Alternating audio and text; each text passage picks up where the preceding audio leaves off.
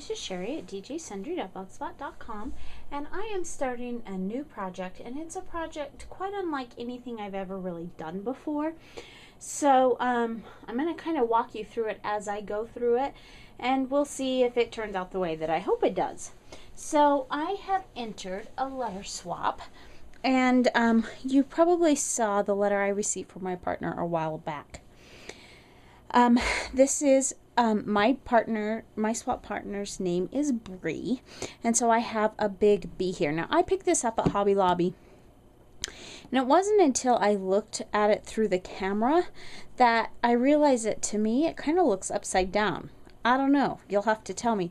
But when I turn it over to make it go right, like that, this is where the hole is. So this is the way it's going to be. But I want to try a technique that I've never really tried before.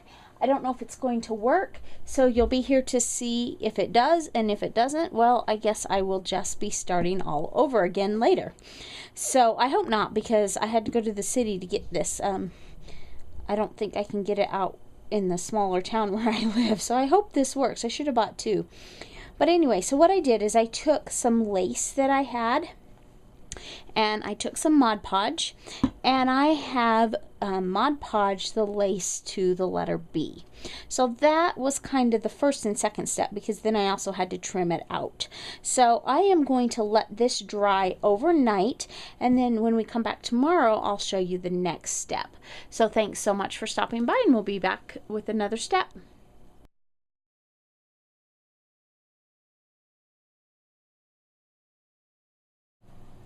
Okay, so now I've done the next steps of the process, and this actually has taken me quite some time to do, because what I did is after I let that dry, I painted over the top of it, and I had this acrylic faux paint. This is Cardinal Red from Folk Art, and I painted all over the top. Now I didn't think about the fact that it's really not that easy to get in between the edges of the lace, so now it's all red, but you've got some black coming through. And I could have taken it off, and I thought about it and just redone it and painted it red first and then put it on, and then I decided no, I kind of like the black coming through. So I painted, actually I've got 3 coats on the back and at least 3 around the edges, and I was able to just put one nice thick coat over the lace. So that is the next step of our project that we have ready to go.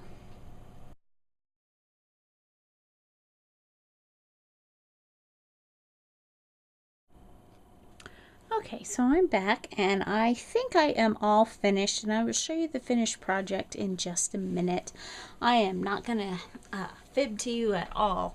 I was really concerned with how this was turning out. Not really something that's my style. My swap partner likes what she calls kind of diva, steampunk, and bling. And I was trying to figure out how to make that all work with red, and I was really nervous, and it just wasn't coming together, and then I found something that I actually really like. So I'm hoping she'll like it, but let me show you the rest of the stuff I used, and then I'll show you the finished project.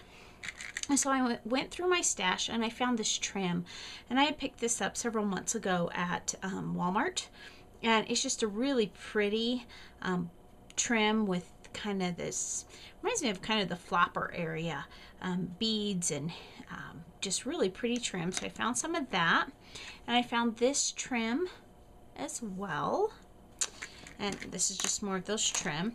And then I grabbed some rhinestones. I grabbed these Gradient Jewels from Creative Charms, and these from Recollections, and I grabbed some Ideology mini gears. I picked these up at my local Joann's with a coupon, and because I thought, well, that's kind of steampunkish, so I'll pull those.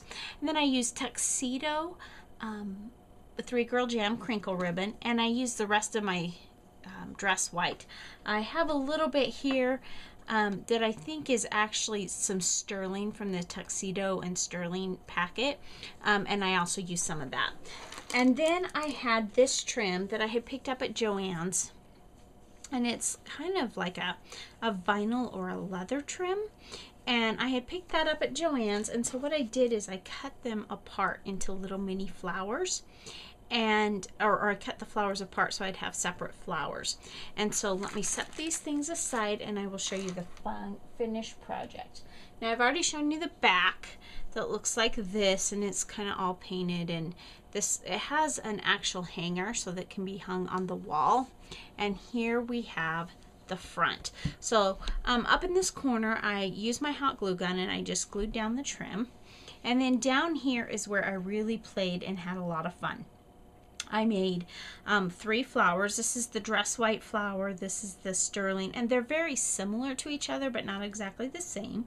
And then for the centers of each flower I used one of the little gears, and then I put one of those gradient charms from Creative Charms right in the center of the biggest gear.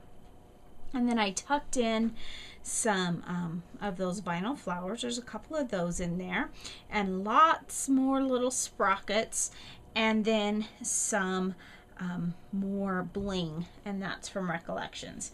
So I'm hoping that I have encompassed everything that she likes, with the bling, the kind of glamorous with the dangly jewels and beads here, and then that little steampunk element kind of glammed up a little bit.